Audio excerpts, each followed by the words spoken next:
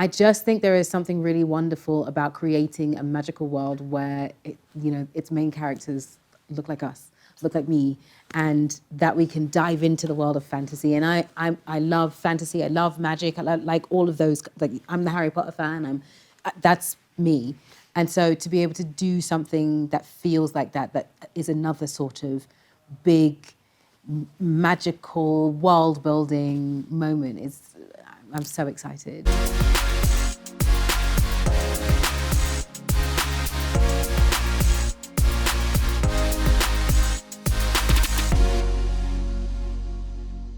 Can I light this candle as we are talking? I was gonna say, I feel like you can only light the candle if you use magic. They're there. I don't know. Are we allowed? Can you strike the match? I mean, I can't. Oh, I got the thumbs up. I got a thumbs up. That's how we celebrate our 3rd Academy Award nomination. Yes. We light a candle in celebration. Yeah. What has the last 24 hours been like since learning you are Best Actress nominee? A little bit insane. I was on a plane when I found out. So a lot of that time was spent trying to find a way to communicate to people that I love that it was happening. It was really lovely. And it's been wonderful because I was on the way to this lovely place we call Sundance. And I'm quite pleased to be able to share it with everyone here because I love this festival. I love how sort of like casual and easy it is, but to be able to like share it here is nice. Perfect. And here, of course, at Sundance, you are being honored as a visionary, receiving the Visionary Award. I know. When I found out about that, I was very surprised. What does that word mean to you when you think about the things you've done and want to continue to do as an actor and a producer? Yeah, I guess the word sort of, to me, evokes someone who can see something further than themselves. And I don't know if that's necessarily what I've been doing, but I guess in my case, I knew what I wanted. I've always known sort of what path I want to follow. How I was going to get there was always interesting. And I didn't have a blueprint or a map to get there. There was no one that I knew that was a part of this that could sort of guide me in the right direction. So I've sort of had to go on faith. Sure. And follow whatever path I could find. So I guess there is that, and I hope that it encourages people to whom it doesn't seem obvious that it's still possible. And hopefully, now that I'm where I am, I can start using some of that vision to create more spaces for other people, to do more things that are really adventurous and of scope. Because to experience this has been really wonderful, and to know that you can experience something that is this big, that still feels really intimate, and still has the heart and the story and the depth, to know that that's possible. Now I'm determined to keep doing that. I'm determined to be able to create big worlds that still have an element of intimacy and heart and story and depth. Yeah. When you think of what you wanted, what you envisioned, was the EGOT on that vision? I don't think it was. I think when I began, I didn't even know that the EGOT existed. You know what I mean? I think I found out about the EGOT when I started doing Colour Purple, when I was on stage. I didn't know that was something that you could even strive for. So to be in this position, and to have gotten to a place where it feels like close, we've been close to it, is really wild. Because I don't know that I would have even seen that for myself, you know what I mean? Yeah. Well, I will say another Seeley has one, so that would make a lot of sense to follow in Whoopi Goldberg's footsteps there. But also, you are now in a different conversation with one Miss Viola Davis. Yeah. You two now being the first 2 Black women to be nominated for Best Actress more than once. How does it feel to have your name alongside hers? I mean, Viola Davis, we bow to you. We love you. I love her so much. I got the most amazing text message from her daughter, Genesis, who I love. Who I met, I think the first time I met Genesis, she was like 6. This is when we were doing Widows. And Genesis just sent the most beautiful text message after she'd seen the movie. And so to be in this position now, where I get to stand alongside one of our titans, is really, really meaningful. Like, means a lot to me. Because honestly, like, my first film was with Viola Davis. So it feels like a real full circle moment. I hope she's proud of me. I hope it's one thing that we can, like, look at each other's eyes and go, yeah. Because it's been wonderful to watch her build her own path as well, and to be in this position now, to be able to do this is really special, yeah. What was something you observed watching her on Widows? Because that movie, that experience, just singular.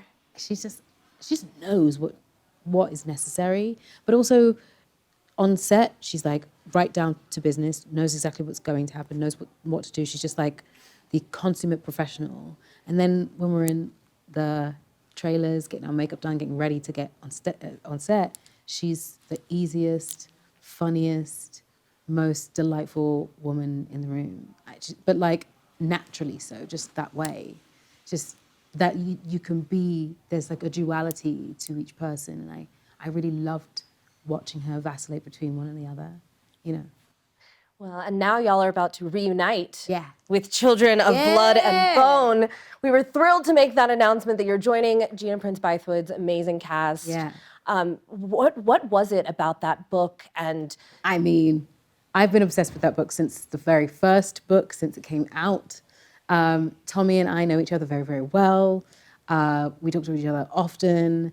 I just think there is something really wonderful about creating a magical world where its main characters look like us, look like me, and that we can dive into the world of fantasy. And I love fantasy. I love magic. I like all of those. Like, I'm the Harry Potter fan. That's me. And so to be able to do something that feels like that is another sort of big, magical, world-building moment I'm so excited. I think I cannot wait. Can't wait. But of course, you're playing a character this time that's kind of anti-magic. Yes. What is that experience like? Well, it's wonderful because she's so opposite to anything else that I've played. So to see what that might feel like, it's like finding out what makes that character tick. Why is she right in what she's doing? Like, Cynthia might not believe that she's right, but Kaya believes that she's right. So why? And how can I use myself to make sure that Kaya is justified in her behavior, in her actions? And I'm really enjoying learning what her past is and what she's come through and who she is and who she's become. Yeah. What does training for Admiral Kaya look like? And do you even have time to start training? We've not started, but it's pretty intense. She's got to learn to do a lot. She's the best of the best. So it's going to be intense, that's for sure. Yeah. I will say this, how did your experience, especially with the wire work for Wicked, how did learning how to do those stunts, how is that going to maybe help inform you or lead you further on the path to being able to do a movie like this? I think it's very, very helpful. It's all core work. It's all working with your body and making sure you're placed in the right place. It's all of that. And also stamina. Yeah. You need a lot of stamina if you're going to be in wires because they're long days and the pain can set in quite quickly. And you have to learn how to offset the pain with what's going on. So how do you rewire your brain to not immediately notice the pain of it? And I know that sounds really crazy, but it is what it is. You're being cinched into a harness and up in the air, and your weight is bearing down on the harness as well. So you have to figure out how to place your weight in a different place and how to lift yourself out of the harness so you're not putting all of the weight into it. But I think that will allow for me to, training for Kaya might be less painful than being in a wire. Because physical work and hand-to-hand combat I've done before, and I know how to do. We did a lot of it for Luther. So doing it again is fine. And we did it for Widows, running and climbing and all of that stuff. So I think, and for Harriet, I mean, Harriet was all of that, climbing, running, horse riding, the lot. So I've done a lot of it for Harriet, and over the years I've done bits and pieces of the things that will end up being part of Kaya's physical vocabulary, which I'm very excited about. Absolutely. You have really done so much physical work in all of your acting. I feel like we do owe you one where you're just like, I don't know, sitting stoically somewhere. Can we get you? I can't tell you that's going to happen anytime soon. Well, probably not, because I do have to ask you. You know, the wire work also, I'm sure, will be great training. If, when, maybe already has Kevin Feige called about Storm and the X-Men. If, when, maybe, who knows, that happens, yes, it will be very helpful. But who knows? I mean, I would love to. Genuinely, I would love to. So we'll see what happens. Yeah. You've played so many types of superheroes already. You might as well add one who can also control the weather. Yes, and much more. People don't realize there's much more. So much more. And actually, as we talk about somebody who controls the weather, I know you have been all in conversation with all of your wicked ones. Actually, is there like a name for the group chat? I know y'all are always in communication. No, we don't have a name for the group chat. It's so interesting. Yeah. But we're all on it, and we're chatting back and forth, and we siphon off, and maybe it's just me, Michelle, or me, John, and Ari, or me, John, Ari, and Johnny, and like we're all in it. There's no name for it, but we're chatty. We talk a lot, a lot. Who was the first person that jumped in when you all found out you were, as Chris said, Oscar nominated? John M. Chu was the first one. Like the big brother and the dad that he is. He's the first one to be like, oh my gosh, we did it. So he was the one that just celebrated immediately, and he's been doing that from the beginning, consistently celebrating this moment, what we're doing, and I'm just so grateful to him for believing in us and for giving us the room to play, because that's really what happened. He is a wonderful guiding light and then opens up the space and says, oh, go on, play. Can we talk about John for one moment? Yes. Because 10 Oscar nominations for Wicked, but not one for John for Best Director. I know. How does this snub happen? I don't know. I think I wish people understood or knew just how much work has to go into creating a big, giant behemoth that is Wicked. None of that can happen without his vision. It just is impossible. He's the one that can see, oh, that person is right for this. He's the one that cast us in these roles. It really is, it was his decision. And he's the one that asks for 9 million tulips for the Munchkinlanders to run through. He's the one that says, no, I want to build a real set so that it feels like it's bedded in reality. He's the one that says, no, I'd really like an actual moat filled with water so that when Galinda comes in, she can actually sail in on a boat. It's him. He's the one that says, I want that camera right in her face when she walks down the steps into the Ostos ballroom and says, well, we should do this in a one. I don't want to cut on this one performance. I want to capture the whole thing and we can edit between the whole performances. There is a kind of vision that you have to have in order to be in control of something that could run away from you very quickly if you don't know what's going on and you don't know what's happening. But he had such a generous way of doing it, but still every step of the way knew what was going to happen, both in the practical sense, but also in the emotional and character-driven sense as well. So we have another film coming. We have another film coming. And he made 2 films at the same time. We have another film coming. And I think that he is an exquisite director because he really was able to move with the temperaments of everyone and create something really, really special. Yeah. Absolutely. I love our film, I really do, yeah. But that's because he's created something special, yeah. And the people that he put in charge of it, I'm sorry, I can go on forever. The people that he put in charge of every department, that also takes skill. You don't get, and this moves over to Alice, our DOP. It's very rare that we get women DOPs running a set like this. And she had a lot of things to contend with. Number one being that I was green the entire time. And to make sure that none of that was mishandled and still looks beautiful. That green, it glows on screen, and there are very few people who can do that, and there are very few people who can handle that amount of characters in one space and still be able to make sure everyone looks beautiful, make sure each shot is shot wonderfully. You don't get the tear coming out of my eye when I wink at Glinda that crisply if your DOP is not brilliant. If your DOP doesn't also connect with two wonderful camera ADs. And everyone was put where they were meant to be put because John put them there. He and Alice have been working together for now, at this point, 20 years. Paul Tazwell was brought in, and Paul is a genius. Paul worked with me on Harriet.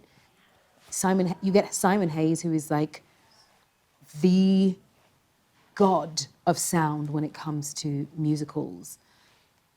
Those are decisions he made. And that's why we have this result. So we have another film coming. Exactly. We will be changed for good, and hopefully we will change this snub for good as well. But actually, you know what's crazy about John? I know how grateful he is for every single nomination there is. And I know how grateful he is for the Best Picture nom as well. I know that makes him happy, because I think for him, really, it's the big picture of it all.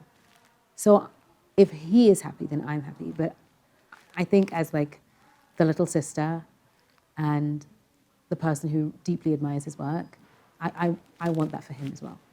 Listen, he has been a visionary. Those of us who have seen him since Step Up 2 know that man has growth, vision. The trajectory, the openness to make. You can't make a musical if you don't make Step Up 2, because that means that he understands the vocabulary of dance.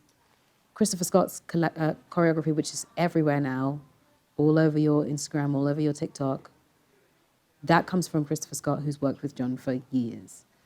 And he's worked with his choreography forever. And to know how to capture choreography is not an easy thing to do.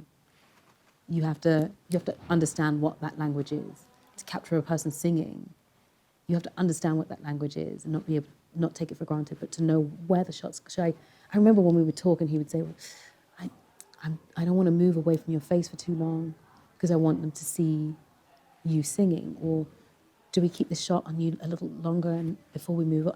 Like understanding that there is importance in watching a person sing. Mm-hmm. And when we did I'm Not That Girl, I remember I said to him, I think I want to just sit and sing for this one. So and he was like, I think that's a good idea. I think we should just be with you on this. So when we were wandering through that forest, it's just a slow walk, and we end up sitting or I end up standing, just like a sweet love ballad can be, because then you get to get into her head. But you have to be open enough to do that.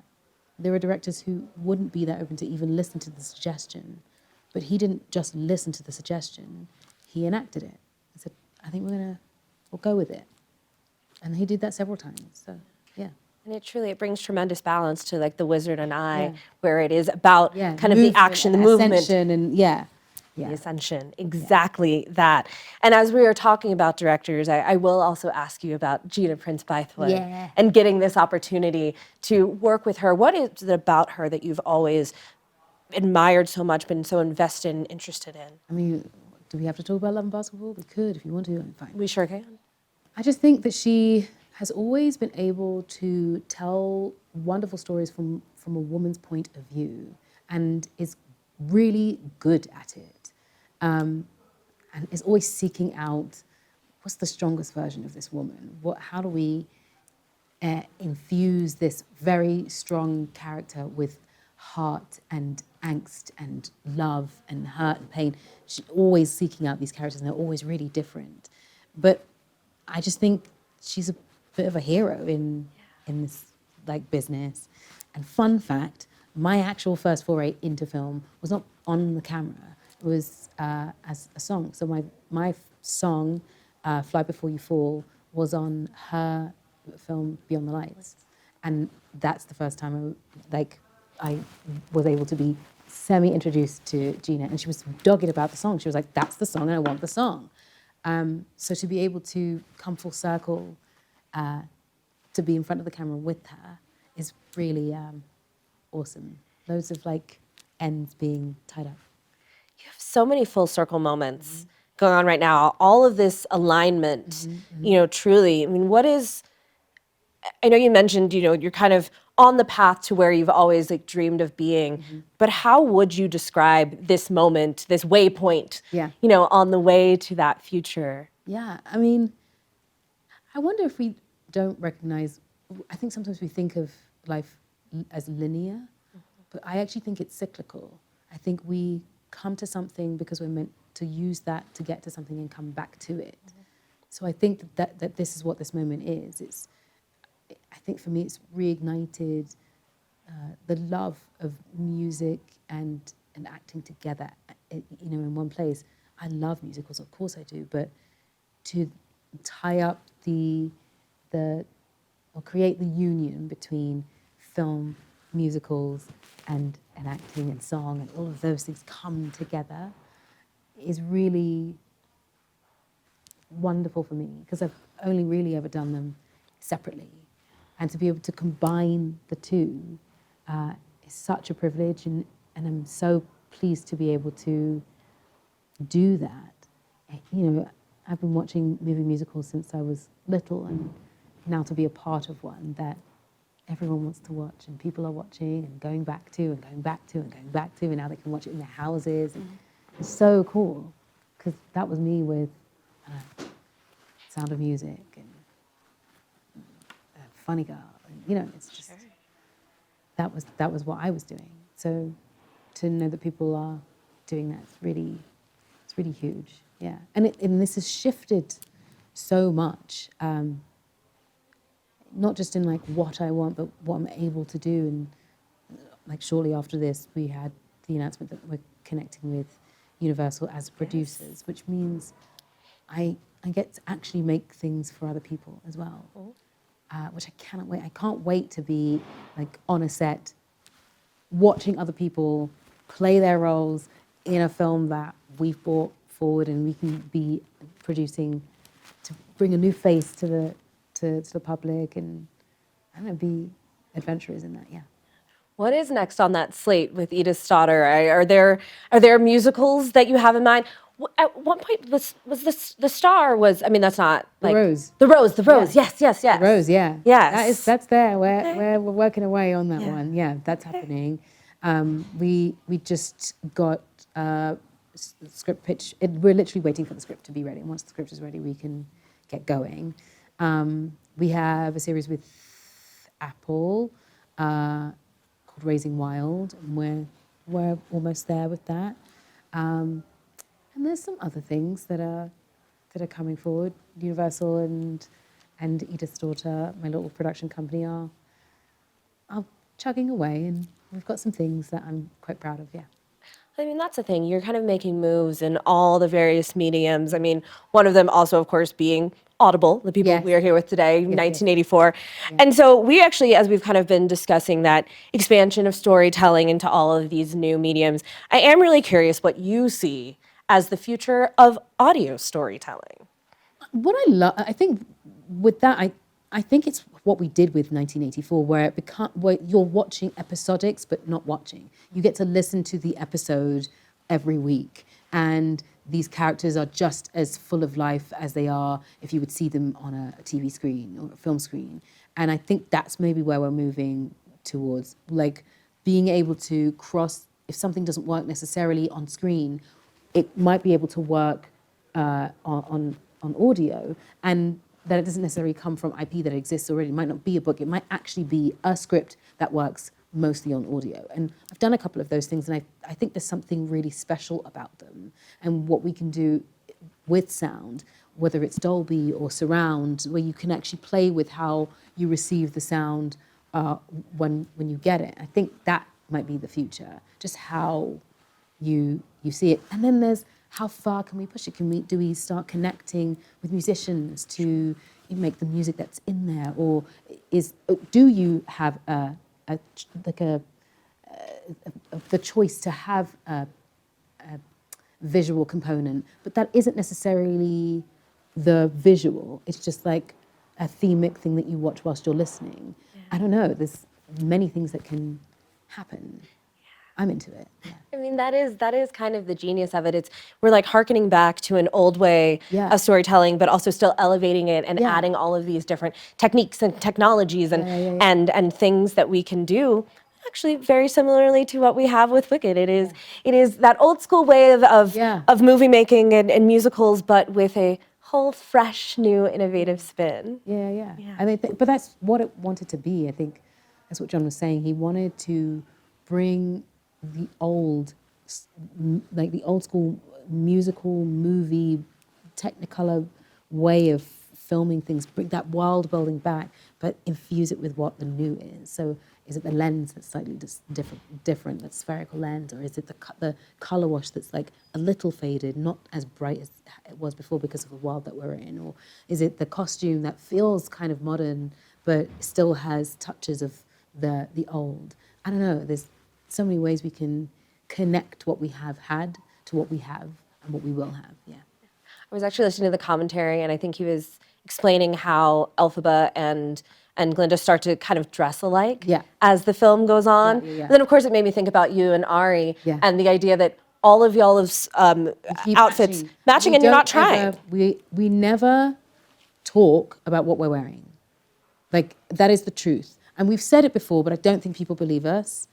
We don't have conversations about what we're going to wear. We just turn up and we're wearing the same thing, or it's complementary in some way, or it's from the same brand. Like, they just sort of happens. That we don't have any discussions about it. It's just, that's what happens. Have you and Jason had discussions about the Oscar look yet? Have you had one in mind for a while, or were you kind of a little... He had one in mind for a while. Jason has great faith in me, so he's had one in mind for ages, and I just kept ignoring it because I didn't want to jinx anything, and I didn't want to, I don't know, make it... I didn't want to jump to conclusions, so I just kept avoiding it. But he has ideas, and now we can actually start talking about them, yeah. Can I ask color? Green, black, white? I think we're living in the monochromatic right now. I sort of stopped using green and have actually been picking from the color palette that she wears. And actually she dresses in blacks, dark blues, purples, and there's no green in her clothing. And yes, her skin is green, and I did that the one time because I think it was necessary to pay homage to the colour of the skin that she has to live in the world in. But actually, I love dressing in the palette. Like, how many ways can you wear black? How many ways can you dress it? Or how can you complement it? The detail, how can you bring out the detail? So I've been sort of wearing that and messing around with the shapes and the construction and the architecture of the dress. So that's what I've been doing. But who knows?